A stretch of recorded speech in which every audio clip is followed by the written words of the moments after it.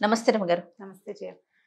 రమగారు, ధర్మ సందేహాల్లో భాగంగా దేవుని ప్రతిమలు అలానే ఫొటోస్ మనం తుడుచుకొని పూజ చేసుకునే ముందు తుడుచుకుంటాం కదా, దానికి ప్రత్యేకమైన రోజులు ఏమన్నా ఉంటాయా? ఈ రోజు తొడగొచ్చు, ఈ రోజు తుడుచుకోకూడదు, అట్లాంటి నియమాలు ఏమైనా ఉన్నాయంటారా?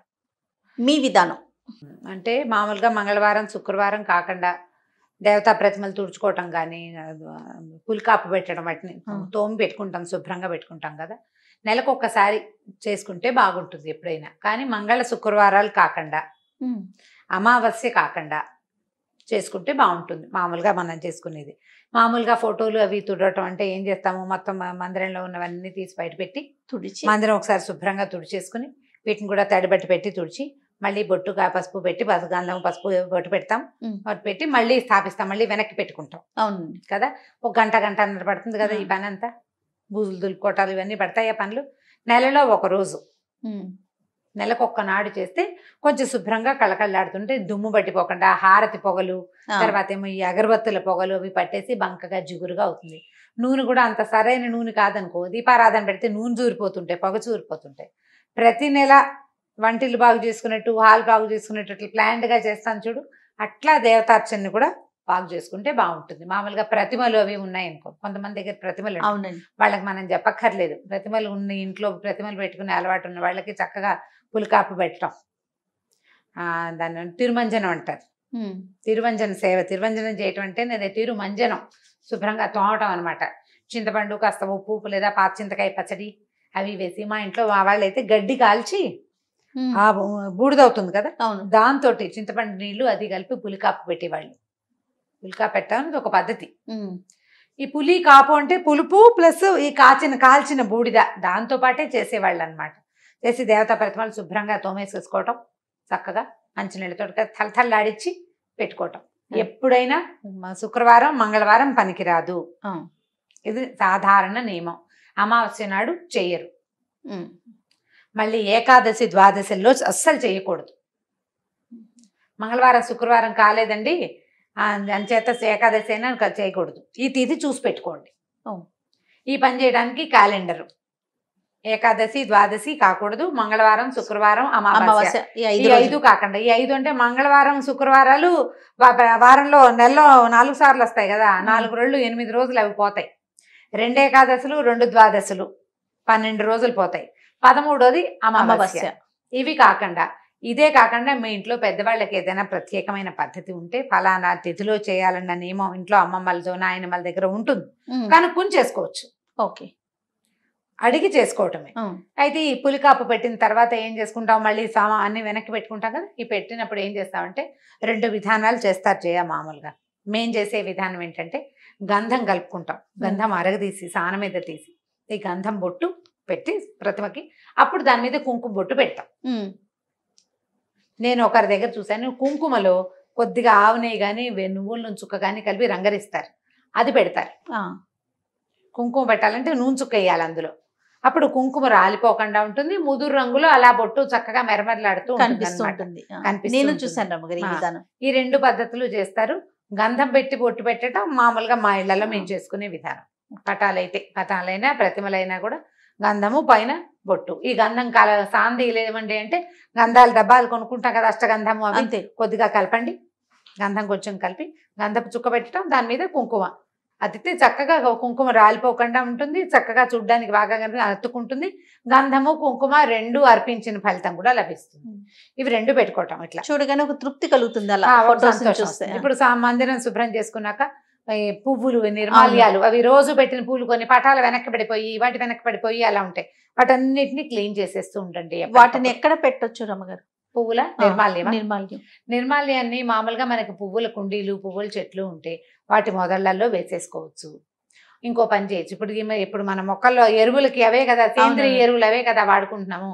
రోజు ఒక కవర్లో వేయడం, బాగా 3-4 గుప్పెళ్ళు అయిపోయిన తర్వాత ఏదైనా పెద్ద కుండీలో అడుగున పడేసి పైన మట్టేసేసేయండి. మన ఇంట్లో వెనకాల పెరళ్లలో స్థలాలు ఉంటే కనుక మొక్కల్లో వేసేసేయచ్చు. నిర్మాల్యం ఇన్ని పువ్వులతో పూజ చేసామనుకో, నిర్మాల్యం డిస్పోజ్ చేయలేకపోతాం. అవును, ఈ పువ్వు నిర్మాల్యం అంటే పూజా నిర్మాల్యం ఎలా ఉంటుందంటే, ఇవాళ పూజ చేస్తే రేపొద్దున తప్పకుండా నిర్మాల్యాన్ని తొలగించాలి. అలా ఉంచకూడదు. నిన్నటి పువ్వులు ఇవాళ ఉంచకూడదు. అది నియమం. ఆ పువ్వు తీసేసి ఫ్రెష్ పువ్వులు పెట్టా. మన దగ్గర ఎక్కువ పూలు, 2 పూలు ఉన్నాయి, 2 పెట్టుకో.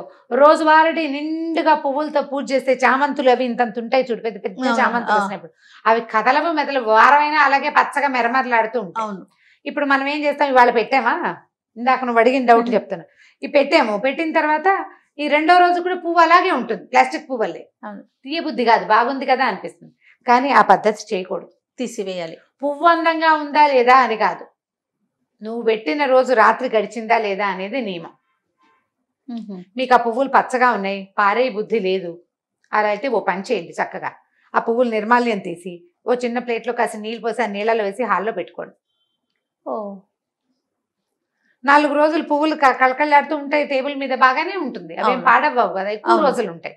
టేబుల్ మీద పెట్టుకోవచ్చు, నేను కింద పెడితే తొక్కుతాం, టేబుల్ మీద పెట్టుకోవడానికి దేవుడి నిర్మాల్యాన్ని అలా పెట్టచ్చు, ఏం తప్పలేదు, ఏమీ తప్పలేదు. కానీ పువ్వు బాగుందని ఉంచకూడదు. మందారాలు, గులాబీలు, చామంతులు ఇప్పుడు వచ్చేవన్నీ కూడా ప్లాస్టిక్ లాగానే ఉంటుంది, చక్కగా అలా ఉండిపోతుంది. వారం రోజులైనా ఆ పువ్వు అలాగే ఉంటుంది, చెక్కు.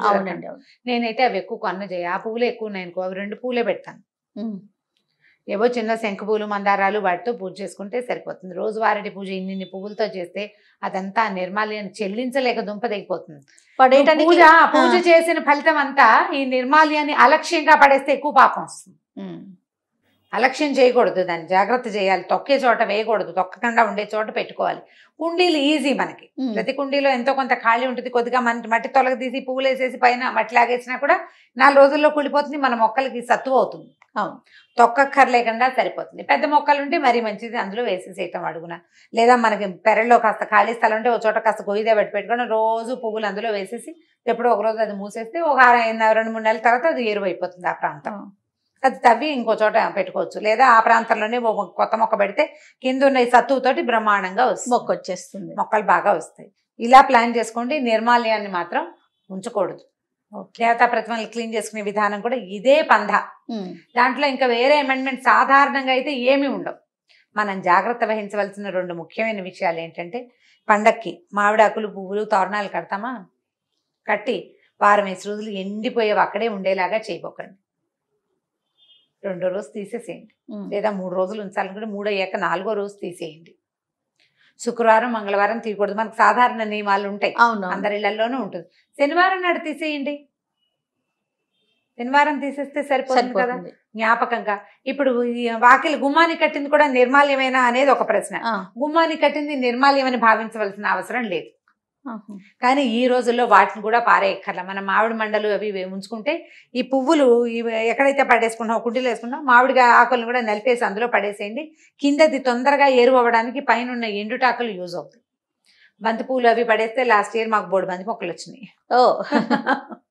వాటంతా అవే మొలుచుకొచ్చేసినాయి అనమాట, మెట్ల నుంచి వానలు బాగా పడ్డాక వస్తుంది. పువ్వులు పారేయక్కర్లా, వాటిని వాడేసుకోవచ్చు. మనం ఎలాగ కూర చెక్కులతోటి మనం ఎరువు చేసుకుంటున్నాం కదా, వీటితోటి కూడా చేసుకోవచ్చు. ఒకే ప్రాంతాల్లో ఉండవు, ఇవన్నీ కుండీల్లోనే ఉంటున్నాయి కాబట్టి ఈ పని చేయొచ్చు. ఇది చేయటం, ఈ దేవతార్చనతో పాటు గుమ్మానికి పసుపు రాయటం, బొట్టు పెట్టడం, అలాంటివి అలవాట్లు ఉంటాయి. వాకిట్లో ముగ్గేసుకోవటము, ఇవన్నీ కూడా ఏంటంటే మనకి మన ఇంటిని శుభ్రంగా ఉంచుకోవటం, మనకి వాతావరణంలో ఒక పవిత్రత కల్పించటం, మన బుద్ధికి సత్ప్రవర్తన నేర్పించటం, ఇది ప్రధానం. నియమం ఉండటం, నియమాలు తప్పకుండా తెల్లారు లేవగానే వాకిలు తుడిచేయాలి, తడిపెట్టేసేయాలి, లేకపోతే నీళ్ళు కడిగేసేయాలి, ముగ్గు పెట్టాలి. టైం ప్రకారం చేస్తాం కదా, దానికోసం తప్పకుండా మెలకు వచ్చేస్తుంది. అలవాటు చేసుకుంటే మంచిది. గుమ్మానికి పసుపు రాయటము, మామిడి మండలు పెట్టడం, ఇవన్నీ కూడా ఈ కరోనా రోజులు ఇప్పుడున్న నేపథ్యంలో కూడా మనకి లోపలికి జర్మ్స్ రాకుండా కుదురుతాయి. ఇప్పుడు గుమ్మానికి బొమ్మలే, మనం పువ్వులు ఏం చేసామనుకో డిజైన్, అప్పుడు ఎక్కడ రాస్తాం పసుపు? అప్పుడు పసుపు రాయలేకపోతాం. అవకాశం ఉన్న వాళ్ళు రాసుకోండి, కాస్త పసుపు రాయటము అలా చేయొచ్చు. మాకు కొంతమంది ఇదివరకు, ఇప్పుడు మా ఇంటి ఎదురుకుండా ఒక రాజస్థాన్ గాదని ఉంటారు, అనంతపురం వాళ్ళు ఉండేవాళ్ళు. ఆవిడ ప్రతిరోజు గుమ్మానికి పసుపు రాసి పెట్టి గుమ్మం వాకిట్లో వాళ్ళు పెద్ద ముగ్గేసి, ఇంత ముగ్గు చిన్నది, పసుపు కుంకాలతో వేసి గుమ్మానికే పూజ చేసుకునేది ఆవిడ. గడప గౌరి రోజు పూజ చేసేది ఆవిడ గుమ్మానికి, వాకిలి గుమ్మానికి. ఎంత శ్రద్ధగా వేసేవారు, గడప మీద కాలేయకుండా పసుపు కుంకుమ వేసి. మనం ఊళ్ళల్లో అలవాట్లు, మనకు అలవాటు ఉంటే చేసుకోవడం, ఎలాంటి అలవాటు ఉంటే అట్లా. ప్రధానంగా దీనికి ఏం చేయాలి, మనం పెద్దవాళ్ళని ఫాలో అవ్వాలి. వాళ్ళని ఫాలో అయ్యి ఇవన్నీ కూడా మనకి ఆరోగ్యానికి, మన అలవాట్లకి, మన పద్ధతులకి కొంత మంచిని చేకూర్చేవి. అయితే వీళ్ళని చూసి వాళ్ళని చూసి కాకుండా మనం కంటిన్యూ చేయగలుగుతాము. మీరు అన్నట్లుగా భక్తి, శ్రద్ధ, ప్రధానంగా శ్రద్ధ మనం చేయగలుగుతాము అనుకున్నప్పుడు చేసేయడం మంచిది. వాళ్ళు ఎవరో చేశారని చేసుకోవద్దు. మన ఇంట్లో ఏముందో అది చేయండి. పోనీ వాళ్ళు చేశారని మీకు నచ్చింది అనుకోండి, రోజు చేసేందుకు నేర్చుకోండి. అది చేయొచ్చు. అలవాటు చేసేసుకుంటే బాగుంటుంది. కంటిన్యూ చేయాలి. రైట్ రామగారు, థ్యాంక్ యూ అండి. నమస్తే. నమస్తే జయ. ఈ వీడియో కనుక మీకు నచ్చినట్లయితే లైక్ చేయండి, షేర్ చేయండి. మరిన్ని ఇంట్రెస్టింగ్ వీడియోస్ కోసం మా ఛానల్ని సబ్స్క్రైబ్ చేసుకోండి.